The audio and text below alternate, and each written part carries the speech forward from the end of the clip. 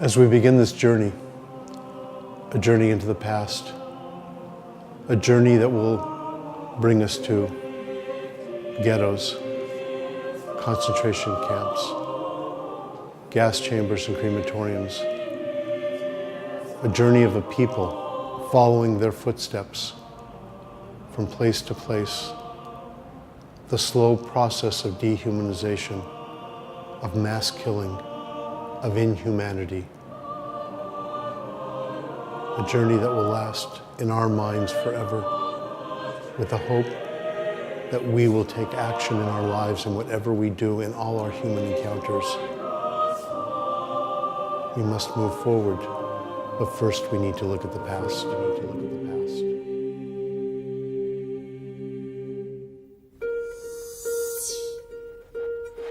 We're here in the heart of the downtown of modern Warsaw in 2016, and we're standing right in front of what was a Jewish orphanage established by an amazing, internationally renowned educator, pedagogue called Janusz Korczak. Love the child, not just your own. Meaning the child has a right to love. What you're looking at here was an orphanage, okay, that was established before World War II. July of 1942. He is taking his 200 children with him to the trains, and that day they're going to be murdered in Treblinka. 2016, 5,000 Jews out of 1.7 million residents. This is one of the few vestiges of Jewish life, even though it's a cemetery, that one can see in Warsaw today.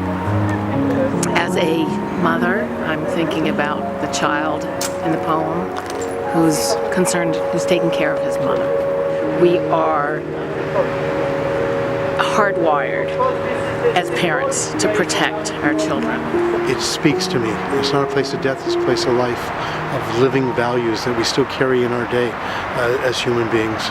As we were walking through, I found myself getting very emotional because, you know, in the United States, the cemeteries are extremely sacred ground, and to see all the broken tombstones and the mass grave of 50,000 people that's just ripped off, I found it very sad.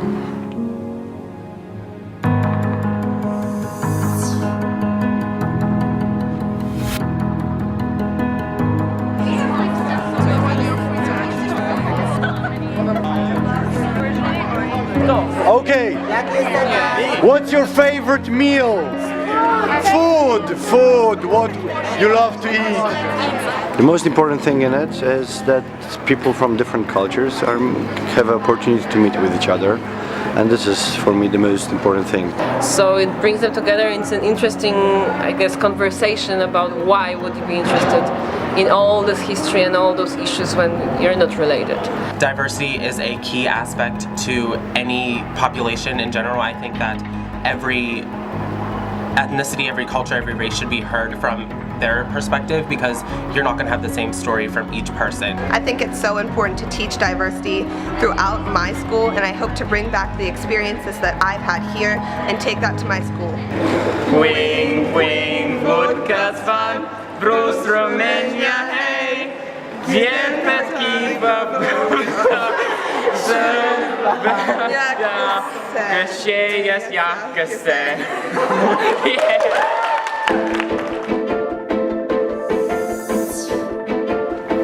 Poland is ghettoized, meaning in Poland, when the Nazis invade in September 1939, they meet the largest Jewish population anywhere in all of Europe. We have to be very cautious and careful not to project backwards what we know is the end of the story. In 1939, a Polish Jew has no idea and could not possibly have any idea that mass murder is around the corner. It's very overwhelming to be here in the middle of Poland where all this went down.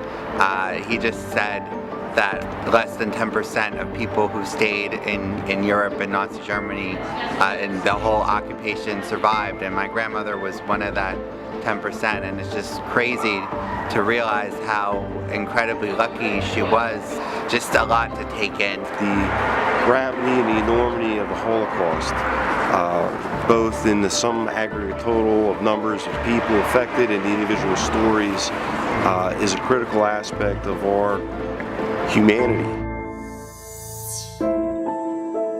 In Treblinka, and the numbers vary, it goes between 875 and 925,000 people were murdered here. Being here at Treblinka is making me feel so empty because I'm trying to grasp what happened here and I just can't. After Auschwitz, this is the largest and most efficient and effective killing center that the Nazis create. Go to Treblinka. Keep your eyes wide open.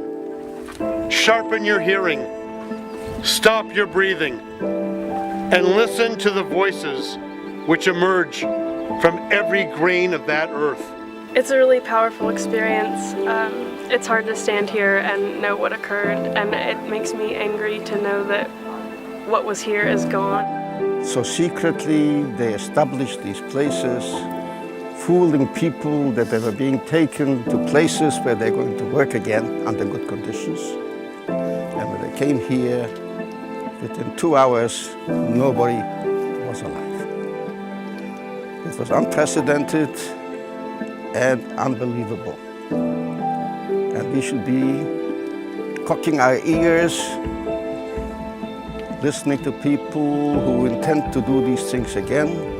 We never learned what happened, and if these things are happening again, not to a great extent as it happened to us here, we've never learned a lesson, and we have to be very vigilant, and every one of us do their part to make sure that it doesn't happen again.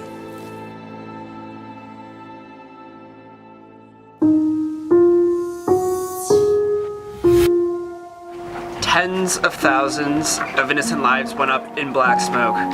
The souls of the people who died here cry out to this day. All utterances of art and poetry fail here. What artist can give form to chaos, and yet we try. The prisoners themselves tried.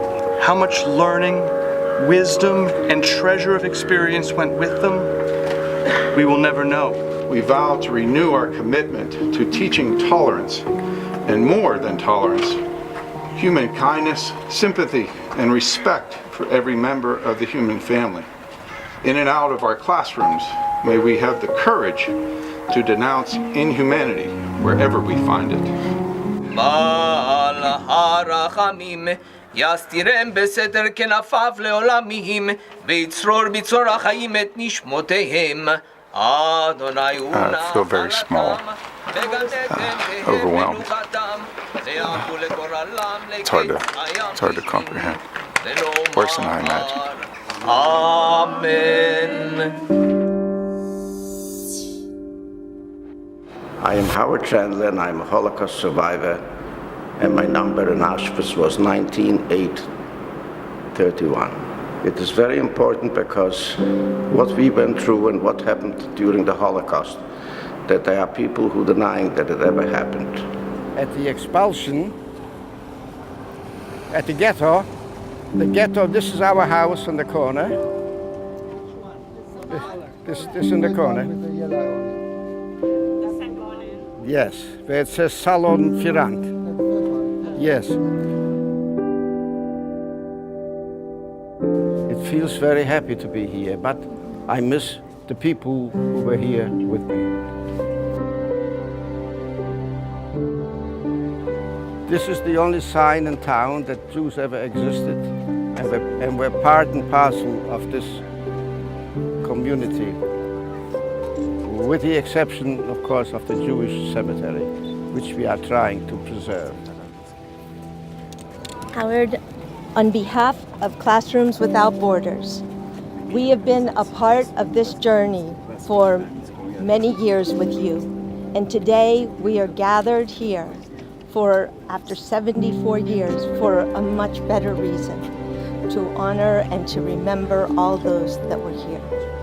Thank you very much. So.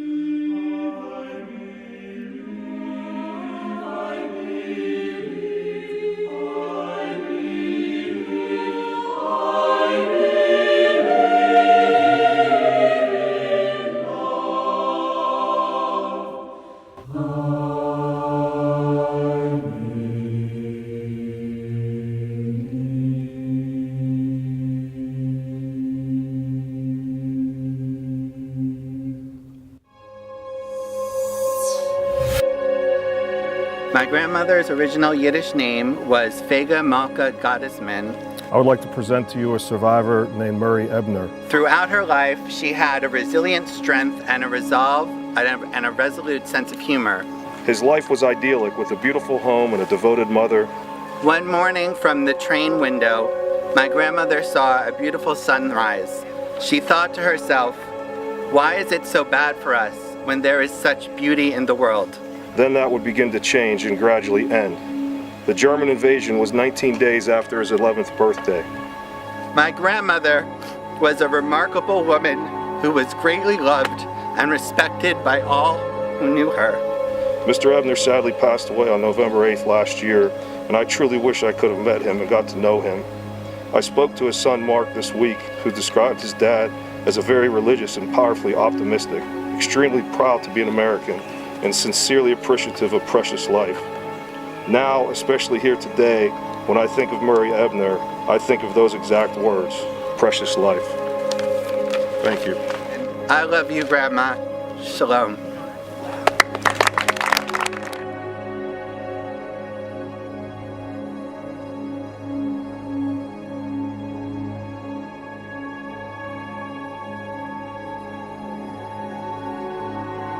I will try as hard as I can to fight for humanity, and intolerance needs to stop is my #1 message that I will want to bring back. It's just been a complete eye-opening experience, and I hope that I can just share my experience with everyone else and hope that they can just even a little bit understand what I sort of understand about what these people went through.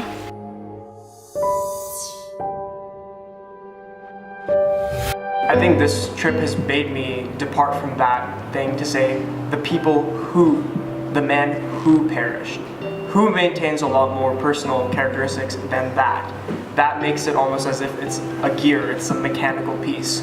And I think we've all agreed now that they're not mechanical pieces, they're not just numbers, they are people. It's really important to focus on the past and know what happened, but I think the most important thing is us moving forward. Like now, I want to go back home, and for the rest of my life, I want to love everything with everything I have in me. And I want to love so much, and I want to love for all the people that died that couldn't use up all that love. We're lucky enough to be able to talk to our family every day, to call them on the phones, get letters from them, and experience life. But to actually be here and to be walking in the footsteps of a survivor and to meet Howard, it's been incredible. Classroom Without Borders has helped me turn the theoretical into reality. I had no idea what I was going to experience, but I know that I will come out of this as a completely different person. I think the experience has forced me to make my assignments focus on those individual lives. Classrooms Without Borders is an experience that I would challenge any teacher to at least look into. Definitely my biggest highlight was just seeing Howard walk through where he spent years of his life, the way he carried himself. Every time I think about Poland, he comes up. I want to thank you very much.